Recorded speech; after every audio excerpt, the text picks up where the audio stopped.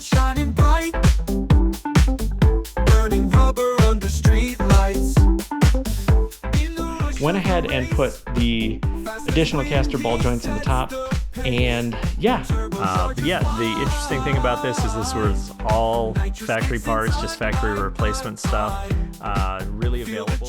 We're not done, but we're finished for the night. It's a race car. I mean, because race car. It's a street car.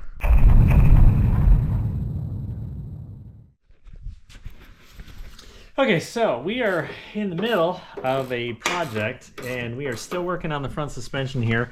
As you can see, this is a little bit weird because there's something here that wasn't here a few days ago. This is a QA1 coilover shock, and as you can see, there's the factory spring and then a coilover spring. Normally, most cars don't have two springs on them, and that is gonna be true here. But what I was doing is, we did some initial fitment on this coilover. You probably saw it in the time lapse, or maybe not. That didn't fit. And so I got some other adapters and did some other things here. I had to get a spherical bearing for up there that was a bushing before, but the bushing just didn't have the articulation it needed, so it would have bound up and been a complete mess. So anyway, spherical up top, and the Cherokee from the factory has this dog bone thing in here. And so when I bought this, the shock, I also bought these dog bone converters. And so this basically gets rid of your dog bone, bolts up to the factory perch. All right, see the factory perch, even though it's sideways and is terribly lit, this is what the factory perch looked like. So the dog bone went across here and just bolted in.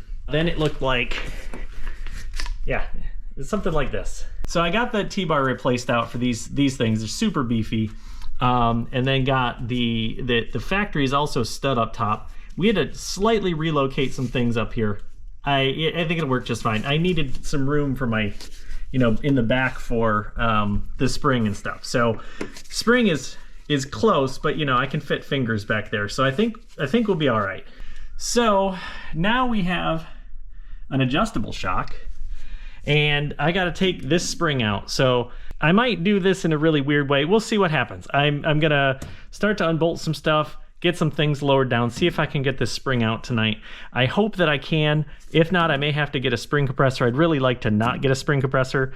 But the reason we're doing this, a few reasons. Number one, way more options as far as adjustability on the coilover. I do have this spring, which is a little bit upgraded. So like, it's a 250-pound spring. Allegedly, the factory springs are about 150. So we are adding a little bit here. It's not that big of a deal, because the other option we have is we can go to all sorts of different spring rates. Like, it's literally a matter of ordering springs from Summit and having them in a couple days. And then also we've got a ton of adjustability on this coilover. This is a double adjustable. So the suspension on the front of the Jeep will actually be a little bit nicer than the suspension on the front of the Talon. And that kind of makes me sad. But it's the way that we're gonna hopefully be able to keep the front end of this thing down. I also finally have all the steering gear, so I'm gonna work on getting that stuff on tonight too. And I broke this brake line. It's leaking on the inside, and so I've got to get that whole thing swapped out. And then on the inside, it's even crunchier, and you probably can't see. Nope, you can't see any of it. But I actually bought an entire stainless steel brake kit for the car. Got it on Rock Auto, no big deal. It came in a couple days. Maybe I got it at Amazon. Either way, it doesn't matter. It might be a little bit of a challenge to swap that out because it's like behind the engine and stuff, but we're gonna try to do it. If we can't, then I might just splice this line for now. This motor's coming out, but I do wanna have a brake line that's not leaking. But yeah, I'm gonna get started. It was pretty important for me to make sure that I had this vehicle running and driving because it was normally in the driveway and the Camaro was in the garage. So when I worked on the Jeep, I just, swapped the two vehicles and went to town.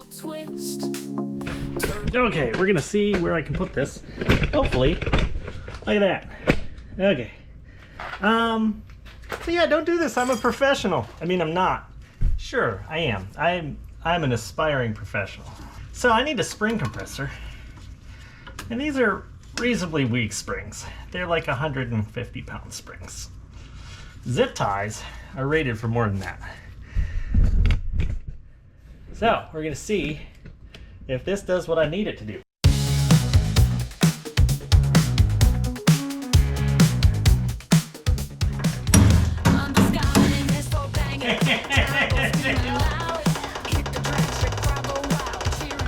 I got them on both sides now, so we're gonna slowly lower things and see what happens. And this is sketchy as do not do this.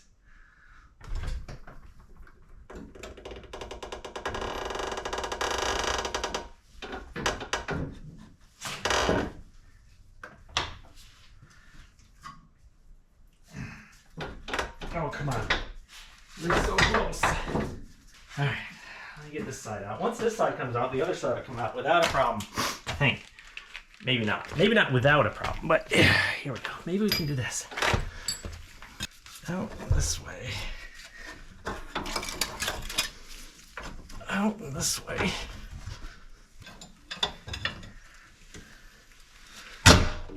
Woo! Like I said, sketchy.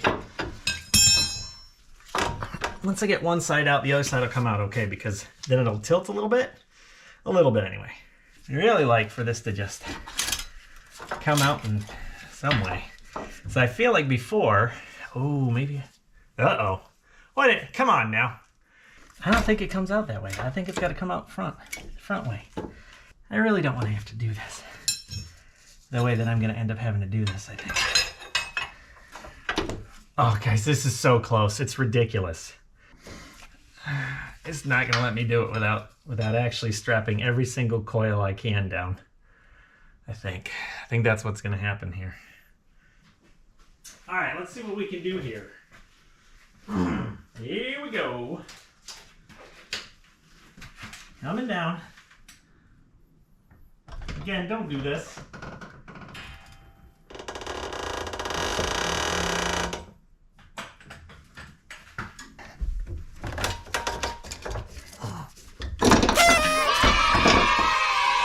There we go. There's one. Oh, and yeah, zip tie broke. So let's go to the other side and cross our fingers and hope that we can get the other one out. Let's see, maybe it's in a good enough spot to see what's going on here. Look at that. Woo! Oh man, look, I did all that work to clean up the axle. Dang thing's covered in rust now. Okay, so no more old springs. I gotta get this jacked back up and start putting some stuff back together here. This side should be pretty straightforward. It's just a matter of bolting stuff up. So I'm gonna leave these on because I gotta go cut those zip ties off. So yeah, hopefully I can get this back together tonight, and that would be great. And then I don't have to worry about this anymore. Didn't measure what the height was, so we're gonna have to wing it. I guess we'll figure out how tall this Jeep needs to be when we get it back together. Now, I just want to reiterate, do not do this. This is some sketchy stuff. Taking a spring and zip tying it so that it's compressed. It's not a good idea. Don't do this. Learn from my mistakes, even though this was entirely successful in my situation. But don't do it. Don't do it. It's a bad idea. Speed unbound, turbocharged through the gears. World's hardest change, it clears. All right, here we go. It's pretty much final. These are installed. That is a coilover. We'll get rid of those someday. We do need a bump stop, so I don't know. Maybe I'll leave this in here for now. But yeah, you know, eventually we'll cut this off and we'll probably put a bump stop in. Oh, maybe I should tighten that up a little bit. Oh, no, never mind. It's good. I know exactly what the deal is. So I am going to tighten that up. And then what I'm going to do is throw the wheels on this and toss it on the ground. And then just see where we're sitting ride height wise. Right here, once we tighten this spring up, that'll kind of be like the lowest ride height I want to run most of the time. So anything from there, I'll want to raise up from there. Now, the good news is they recommend a 14-inch spring with this, but the way that I was looking through some of these spring rates, I didn't think I was going to get enough compression with the full weight of the vehicle. So I got these, and I also got a little bit shorter springs, but the good news about that is these are the same length as the rear springs on the Talon. You know, the Talon's got a little bit lighter springs than this, so if this doesn't work, if this is too stiff, I can always go down to another spring that I have on the shelf. ultimately, it allows me to have less stuff on the shelf because I can just take what I've got and I can use it on either the Jeep or the Talon. Doesn't matter either way. Essentially, like I said, with a 12-inch 250 spring, so this is 12-inch spring. This is 250 pounds, but it's a 2.5-inch ID. So the Talon runs all 2.5-inch ID stuff. If the Jeep can run 2.5-inch ID stuff in the same length, then we've got options, which is really important when you're trying to tune a car and get it up and running for drag racing. So I'm gonna go ahead and readjust these, throw the tires on, drop it off the jack stands, and I don't have all the steering gear in it right now, but it's okay. Like, look at this. It's like the weirdest Jeep ever. There's no front differential because it has now been converted to two-wheel drive. And yeah, this has been actually kind of a pretty long project, honestly. I probably don't want to even think about how long this has actually taken me to do. No, I'm going to stop thinking about it. Yeah, I was laughing about cutting those springs, the zip ties off the springs, because there is a tremendous amount of energy stored in those things. And when I cut those zip ties, one of the springs shot across the garage floor, which was amusing but dangerous. Yeah, okay. So, it's about stock ride height. That's a little bit of a, yeah, okay, yeah. I'm showing you a picture from my phone. Like, what year, how old am I? Yeah. I mean, they need to do something about that. I guess I could just, I could lower the spring. I got like 3 inches I could go. Anyway, I'm gonna mess around with that real quick because I want to see how low it'll go. Yeah, everyone wants to know how low your Jeep will go, right? That's like totally normal.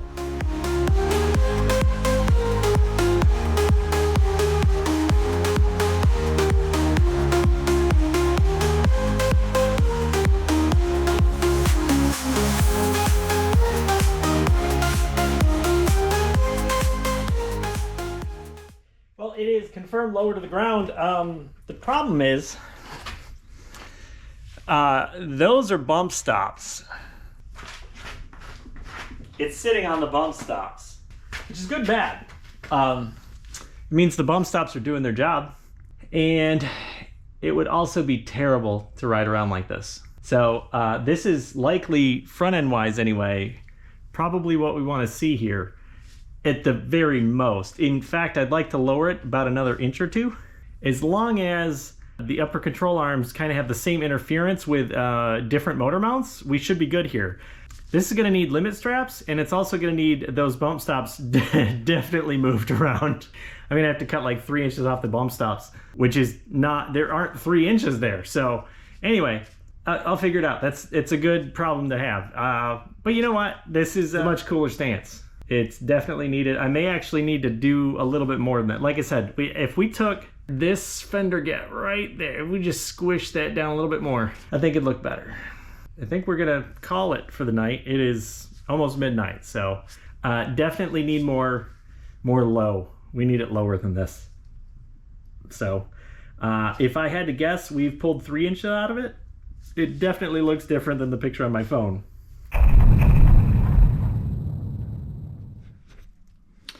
Yeah, it's the weekend, so getting some work done on the Jeep this weekend. And yeah, basically, I'm just going to do a quick rundown.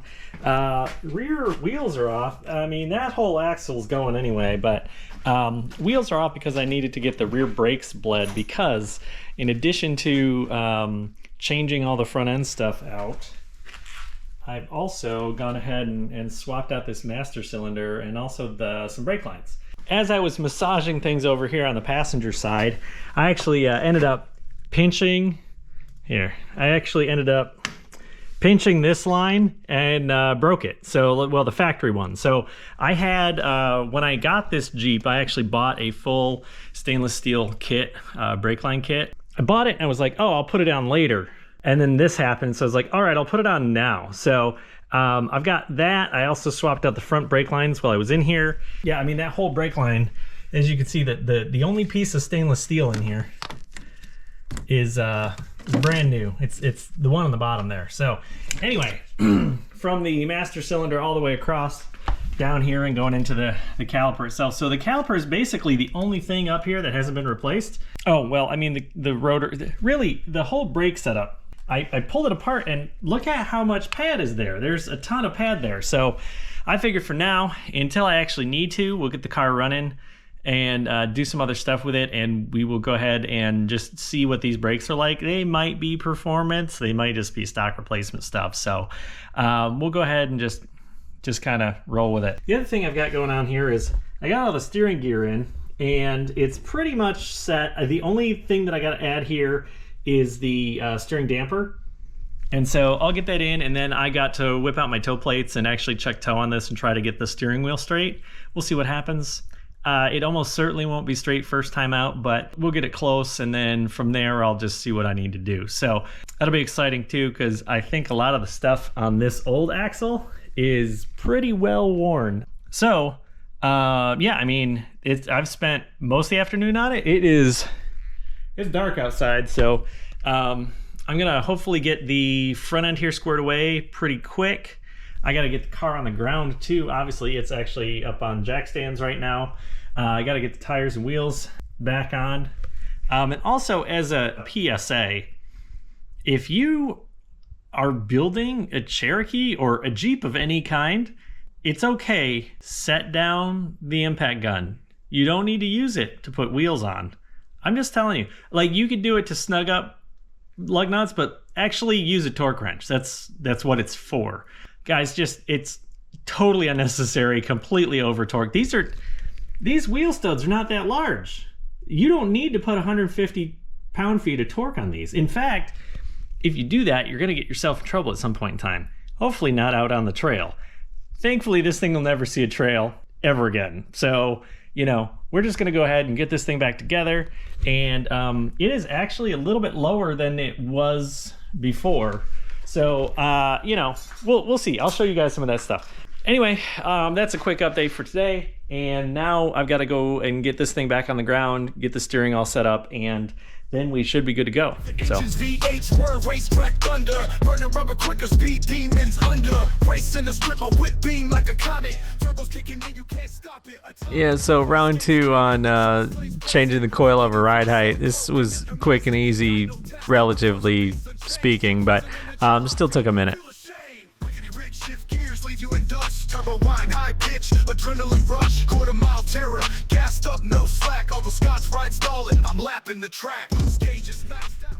Okay, on the ground, front end is actually quite a few inches lower than it was. We're gonna roll with it. I got one more thing to do. I gotta check what the suggested default settings are for the shocks and get a number in there.